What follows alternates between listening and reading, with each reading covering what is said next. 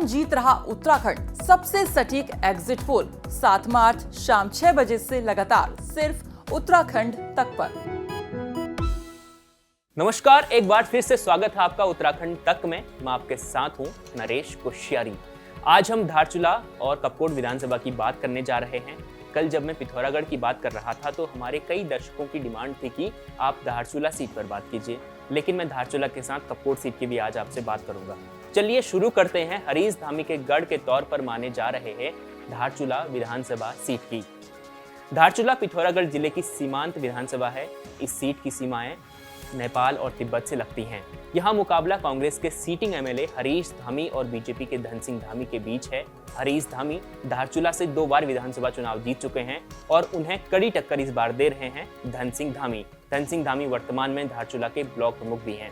धारचूला में इस बार हरीश धामी को धन सिंह धामी ने जो कड़ी टक्कर दी है, साथ ही अगर हम हरीश धामी के राजनीतिक करियर की बात करें तो वो 2012 में पहली बार धारचूला से जीतकर विधानसभा पहुंचे थे और जब प्रदेश के मुख्यमंत्री विजय बहुगुणा की जगह हरीश रावत बने तो 2014 में हरीश रावत के लिए धामी ने अपनी सीट से इस्तीफा दे दिया था।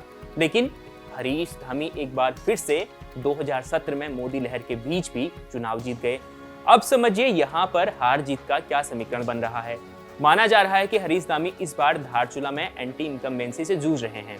चुनाव प्रचार के शुरुआती दौर में यह मुकाबला एक तरफा माना जा रहा था, लेकिन बीजेपी ने अपने मजबूत संगठन के सहारे हरीश धामी को कड़ी टक्कर दे दी है। अब राजनीतिक एक्सपर्ट्स का मानना है कि इस सीट पर जीत हार का जो अंतर है वो काफी कम रहेगा।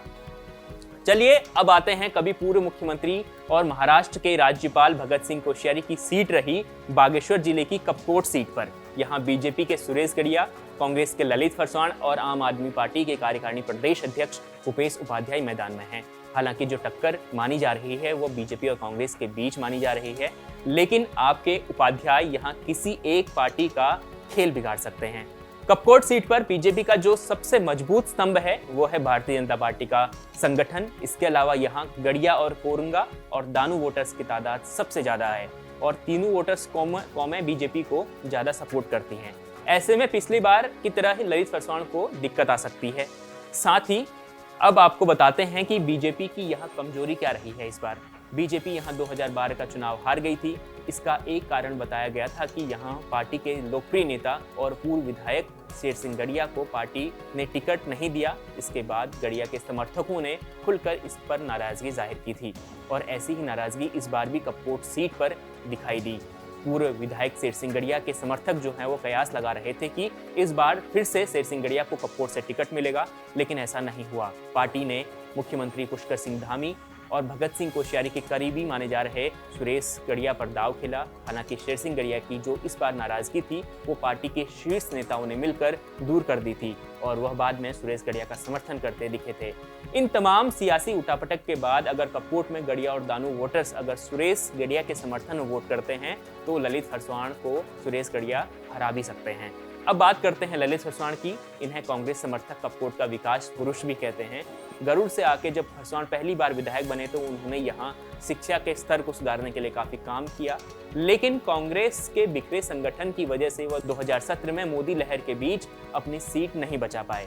इस बार वह चुनाव जीतने का पूरा दावा कर रहे हैं। इस बार उन्हें पूर्व जिला पंचायत अध्यक्ष रहे हरीश सेठानी की लोकप्रियता का भी काफी फायदा मिल रहा है, लेकिन यह कहना जल्दबाजी होगा कि यहाँ कांग्रेस जीत सकती है या हार सकती है, क्योंकि इस बार जो यहाँ जंग है वो बराबरी की नजर आ रही है। तो ये था कपकोट और धारचूला सीट का हाल।